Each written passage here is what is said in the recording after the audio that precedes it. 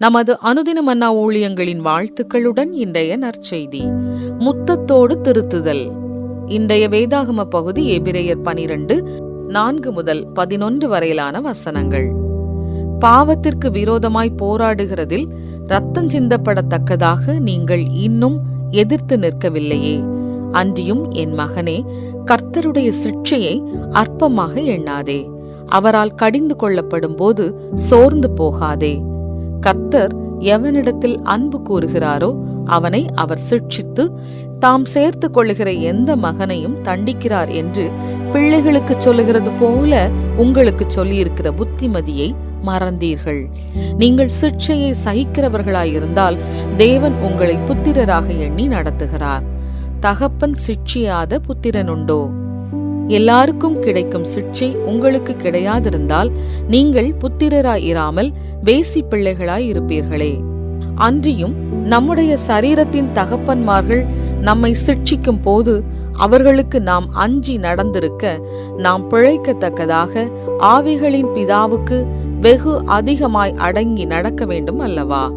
அவர்கள் தங்களுக்கு நலமென்று தோன்றினபடி கொஞ்ச காலம் சிட்சித்தார்கள். இவரோ தம்முடைய பரிசுத்தத்துக்கு நாம் பங்குள்ளவர்கள் ஆகும் பொருட்டு நம்முடைய பிரயோஜனத்துக்காகவே நம்மை சிட்சிக்கிறார். எந்த சிட்சையும் தற்காலத்தில் சந்தோஷமாய் காணாமல் துக்கமாய் காணும். ஆகிலும் பிற்காலத்தில் அதில் பழகினவர்களுக்கு அது நீதியாகிய சமாதான பலனை தரும். குறிப்பு வசனம்: இவரோ தம்முடைய பரிசுத்தத்துக்கு நாம் பங்குள்ளவர்களாகும் பொருட்டு நம்முடைய பிரயோஜனத்துக்காகவே நம்மை சிட்சிக்கிறார். எபிரேயர் 12:10. ஜார்ஜ் மெக்டொனால்ட் ஞானமுள்ள ஸ்திரீ என்ற தனது நீதி கதையில் 2 சிறுமிகளின் கதையை கூறுகிறார். அவர்களின் சுயநலமானது அவர்கள் உட்பட அனைவருக்கும் துன்பத்தை தருகிறது. ஒரு ஞானமுள்ள பெண் அவர்களை மீண்டும் அன்பானவர்களாக மாற்றுவதற்கு தொடர்ச்சியான சோதனைகளை கொடுத்து அவர்களை மீண்டு வரச் செய்கிறாள்.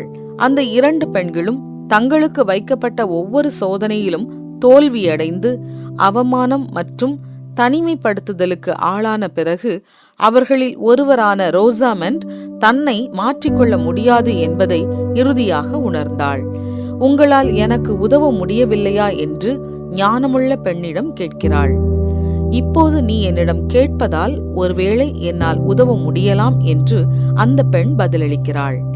ஞானமுள்ள பெண்ணால் கிடைக்கப்பட்ட தெய்வீக உதவியால் ரோசாமெண்ட் மாறத் தொடங்குகிறார். அப்போது அந்த பெண் தான் செய்த எல்லா பிரச்சனைகளையும் மன்னிப்பீர்களா என்று கேட்கிறாள். நான் உன்னை மன்னிக்கவில்லை என்றால் உன்னை தண்டிக்க நான் ஒருபோதும் சிரமப்பட்டிருக்க மாட்டேன் என்று அந்த ஞானமுள்ள பெண் கூறுகிறாள். சில சமயங்களில் தேவன் நம்மை சிட்சிக்கிறார். அதற்கான காரணத்தை புரிந்து கொள்வது முக்கியம். அவருடைய சிட்சையானது பழிவாங்கும் எண்ணத்தால் அல்ல, நம்முடைய நன்மைக்காக ஒரு தந்தைக்கே உரிய அக்கறையினால் உண்டாகிறது. நாம் அவருடைய பரிசுத்தத்தில் பங்கு பெற்று நீதி மற்றும் சமாதானம் என்னும் பலனை அனுபவிக்க வேண்டும் என்று அவர் விரும்புகிறார். சுயநலம் துன்பத்தை தருகிறது, ஆனால் பரிசுத்தம் நம்மை முழுமையாகவும் மகிழ்ச்சியாகவும் அவரை போல் அழகாகவும் மாற்றுகிறது. தன்னை போன்ற சுயநலமிக்க பெண்ணை எப்படி நேசிக்க முடியும் என்று அந்த ஞானமுள்ள பெண்ணிடம் ரோசாமெண்ட் கேட்கிறாள். அவளை முத்தமிட குனிந்து, நீ எப்படிப்பட்டவளாக ஆகப் போகிறாய் என்பதை நான் கண்டேன் என்று அந்த பெண் பதிலளித்தாள். தேவனுடைய சிட்சையானது அன்போடும் எதிர்காலத்தில் நாம் யாராக இருக்க போகிறோம் என்ற புரிதலோடும் வருகிறது. கடந்த காலத்தில் தேவனுடைய சிட்சையை நீங்கள் எவ்வாறு புரிந்து கொண்டீர்கள்?